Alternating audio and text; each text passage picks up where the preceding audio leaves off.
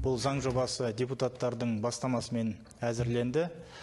Жобада 3 негізгі бағыт бойынша нормалар қарастырылып отыр. Бірінші бағыт балалардың қауіпсіздігіне және құқықтарын қорғауға қатысты нормалар. Соңғы кезде мектеп ғимараттарын, төбелерін құлау сияқты қауіпті фактілер жиіленіп кетті. Сондықтан осындай біраз жылдар бойы жұмыс істеп тұрған ғимараттарды тексеріп тұру өте маңызды деп санаймыз.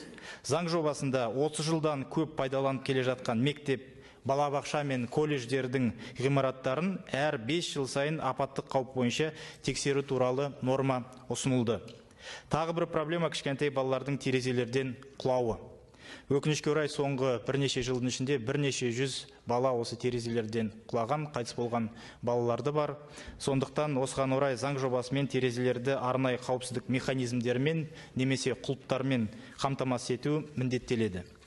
Бізде әлеуметтік нысандармен, мектептермен, балабақшалармен қамтамасыз етіп алмай тұрып, көп қабатты үйлерді салу проблемасы бар. Оны өздеріңіз жақсы білесіздер. Әсіресе бізде үлкен мегаполистерде бұл проблема ушығып тұр. Осының кесірінен жұмыс істеп тұрған мектеп 3 ауысымға көшеді, балалардың денсаулығына қауіп төнеді. Ал енді мектеп салайын десе, жақын жерде бос жерде болмайды. Осыған орай заң жобасына жаңа талап енгізілді.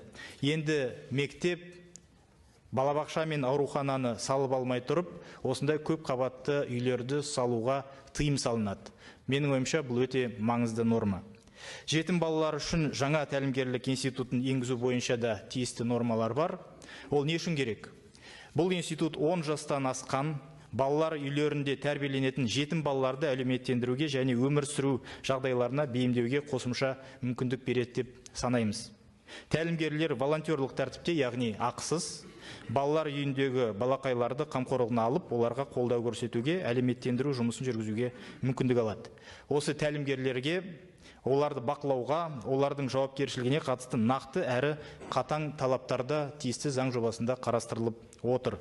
Балалар үйі білім басқармасы мен тәлімгер арасында барлық арақатынастары тиісті келісім шартпен бекітілетін болады.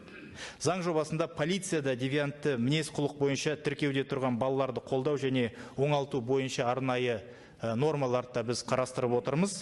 Басты мәселе осы санаттағы балалардың бос уақытын қамту. Бұл өте маңызды мәселе.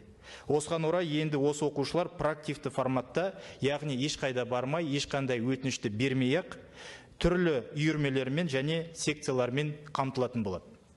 Білім беру ұйымдарында діни және басқа да зиянды ақпаратқа жол бермеу туралы нақты міндетті де бекітіліп отыр. Келесі бағыт білім беру ұйымдарының еркіндігін кеңейту туралы. Бүгін білім беру ұйымдары үшін типтік штаттар бекітілген, яғни сыныптардың санына байланысты мекемеде осыншама орынбасар, осыншама есепші болу керек деген типтік штаттар бар. Бірақ мекеме басшысында осы штаттарды тиімді пайдалану үшін қажеттілігі жоқ лауазымды керегіне алмастыруға ешқандай дербестік мүмкіндік берілмеген. Сондықтан заң жобасында бекітілген штат санының шеңберінде штат кестесінің лауазымдарын ауыстыру құқығы беріліп отыр. Ол қалай жұмыс істейді? Мысалы, типтік штатқа байланысты мектеп директорында 7 орынбасар болса, 7-8 орынбасарлар бар, бізде мектептер бар. Ол өз еркімен маған 4 орынбасар жеткілікті.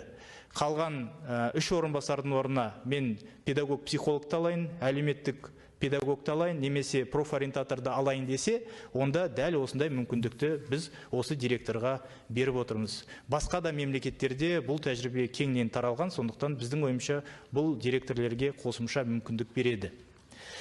Колледждер мен мектептерге ақылы қызметтен түскен табыстарын білім беру мекемесінің өзі дәл сол ұйымды дамыту үшін жұмсау құқығын беріп отырмыз. Сіздер білесіздер, қазір біздің біраз колледждер осы ақылы қызметтерін көрсетеді, содан табыс табады. Ал енді осы тапқан табысын колледж өзіне қалдырып, бюджетке жұмсамау, яғни осы колледждің материалдық-техникалық базасын дамыту үшін осындай мүмкіндікті біз беруді ұсынып отырмыз. Сонда бұл колледждерде тиісті ынталандырып, тиісті қызметтерін әрі қарай арттыра беретін болады.